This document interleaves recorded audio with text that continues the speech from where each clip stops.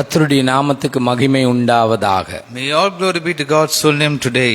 2025 June மாதம் 15ஆம் தேதி ஞாயிற்றுக்கிழமை. Today is a good Sunday morning, the month of June. Today is 15th, the year 2025. இயேசுவின் நாமத்தினால், In the name of Lord Jesus Christ, உம்முடைய கிருபையினால், இந்த வார்த்தைகளினாலே எங்களை நடத்தும். you lead us through this word of God today.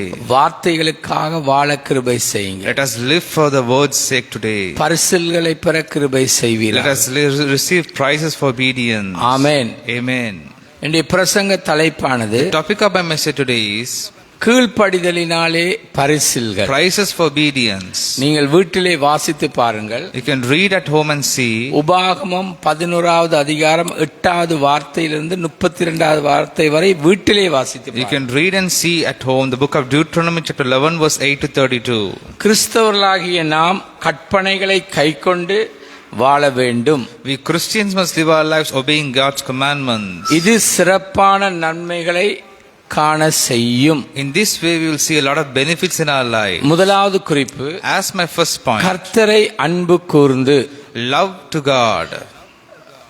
உபாகமம் 11வது அதிகாரம் 13வது 14வது வார்த்தைகள். The book of Deuteronomy chapter 11 verse 13 to 14. நீங்கள் உங்கள் தேவனாகிய கர்த்தரிடத்தில் உங்கள் முழு இருதயத்தோடும் உங்கள் முழு ஆத்துமாவோடும் அன்பு கூர்ந்து அவரை சேவிக்கும்படி நான் இன்று உங்களுக்கு கற்பிக்கிற என் கற்பனைகளுக்கு கீழ்ப்படிந்தால் நீ உன் தானியத்தையும் உன் திராட்சை ரசத்தையும் உன் எண்ணெயையும் சேர்க்கும்படிக்கு நான் ஏற்ற காலத்திலே உங்கள் தேசத்தில் முன்மாரியையும் பின்மாரியையும் பெய்ய பண்ணி. And it shall be that if you earnestly obey my commandments which I command you today, to love the Lord your God and serve him with all your heart and with all your soul, then I will give you the rain for your land in its season, the earlier and the latter rain that you need, that you may gather in your grain, your new wine and your oil.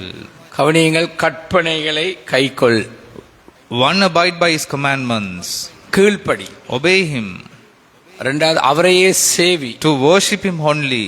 அப்பொழுது திருப்தி அடைவார். Then you will be satisfied. இரண்டாவதாக, மிக கவனமாக. As my second point, very carefully. வஞ்சிக்க விடாதே. Do not be deceived. உபாகமம் 11:16 17 வரை. The book of Deuteronomy chapter 11 verse 16 to 17. உங்கள் இருதயம் வஞ்சிக்கப்படாமலும் நீங்கள் வழி விலகி அந்நிய தேவர்களை சேவித்து அவர்களை நமஸ்கரியாமலும் இருக்கும்படிக்கு எச்சரிக்கையாய் இருங்கள். Take heed to yourselves lest your heart be deceived and you turn aside and serve other gods and worship them.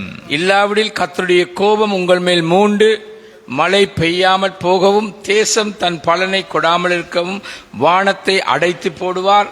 கர்த்தர் உங்களுக்கு கொடுத்த நல்ல தேசத்தில் இருந்து நீங்கள் சீக்கிரத்திலே அழிந்து போவீர்கள். Lest the Lord's anger be aroused against you and he shut up the heavens that there no be rain and the land yield no produce and you perish quickly from the good land which the Lord is giving you. கவனியுங்கள், தேவனை மறந்து விடாதீர்கள். Listen to this carefully, do not forget the Lord. சிலைகளை வணங்கி மகிமையை செலுத்தி விடாதீர்கள். Do not worship statues or glorify them. விளைவு என்ன தெரியுமா? ஒன்று வறட்சி அல்லது பஞ்சம். The consequence will be one, drought and to famine. திரும்பவும் சொல்லுகிறேன், தேவனை மறந்து விடாதீர்கள். I'll repeat it, do not forget God's word. வஞ்சிக்கப்பட்டு விடாதீர்கள். Do not be deceived. மூன்றாவது குறிப்பு, As my third point, தேவ வார்த்தையே உங்களுடைய வாழ்க்கையிலே வழியாகட்டும். let God's word be your way, your path. உபாகமம் 11:18 21. The book of Deuteronomy chapter 11 verse 18 to 21. ஆகையால் கர்த்தர் உங்கள் பிதாக்களுக்கு கொடுப்பேன் என்று அவர்களுக்கு ஆணையிட்ட தேசத்தில் உங்கள் நாட்களும் உங்கள் பிள்ளைகளின் நாட்களும் பூமியின் மேல் வானம் இருக்கும் நாட்களைப் போல அநேகமாய் இருக்கும் படிக்கு நீங்கள் என் வார்த்தைகளை உங்கள் இருதயத்திலும் உங்கள் ஆத்துமாவிலும் பதித்து அவைகளை உங்கள் கைகளின் மேல் அடையாளமாய் கட்டி உங்கள் கண்களின் நடுவே ஞாபகக்குறியாய் வைத்து அவைகளை உங்கள் பிள்ளைகளுக்கு உபதேசித்து நீங்கள் வீட்டில் உட்கார்ந்திருக்கிற போதும் வழியிலே நடக்கிற போதும் படுத்துக் கொள்கிற போதும் எழுந்திருக்கிற போதும் அவைகளை குறித்து பேசுவீர்களாக. Therefore you shall lay up these words of mine in your heart and in your soul and bind them as a sign on your hand. They shall be as frontlets between your eyes. You shall teach them to your children, speaking of them when you sit in your house, when you walk by the way, when you lie down and when you rise up. அவைகளை உங்கள் வீட்டு நிலைகளிலும் உங்கள் வாசல்களிலும் எழுதுவீர்களா. And you shall write them on the doorposts of your house and on your gates. இந்த வார்த்தையை கவனியுங்கள். Listen to this word carefully. கிறிஸ்தவர்களே, O Christians, விருப்பப்பட்டு வாழ்வில் தேவ வார்த்தையே வழியாகட்டும். Let God's word be your way in your likes. விருப்பத்தோடு கூட, With your likes.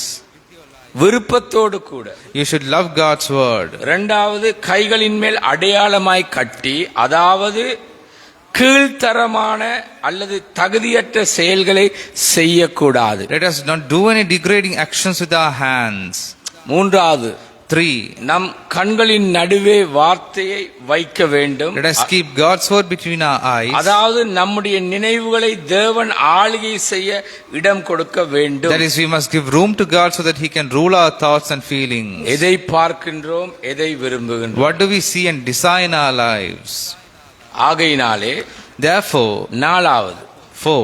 வீட்டு நிலைகளில் வார்த்தையை கட்டி வைத்து, அதாவது குடும்ப வாழ்க்கையானது தேவனுடைய கட்டுப்பாட்டுக்குள் வைத்துக் கொள்ள வேண்டும். Let God's word be on our home under jams and lintels. In other words, our family lives must come under control of God. கீழ்ப்படியும் போது சிறப்பான நன்மைகளை காண்பீர்கள். When we obey Him, we will see great blessings in our lives. இயேசுவின் நாமத்தினால் விருப்பத்தோடு உம்முடைய வார்த்தையை ஏற்று கீழ்ப்படிந்து நன்மைகளை காண கிருபை செய்வீராக. In the name of Lord Jesus Christ, let us experience goodness and blessings in our life by reading and obeying to your word. இயேசுவின் In the நாமத்தினால் name of Lord Jesus Christ. கர்த்தர் தாமே உங்களை ஆசீர்வதிப்பார். May God bless you abundantly.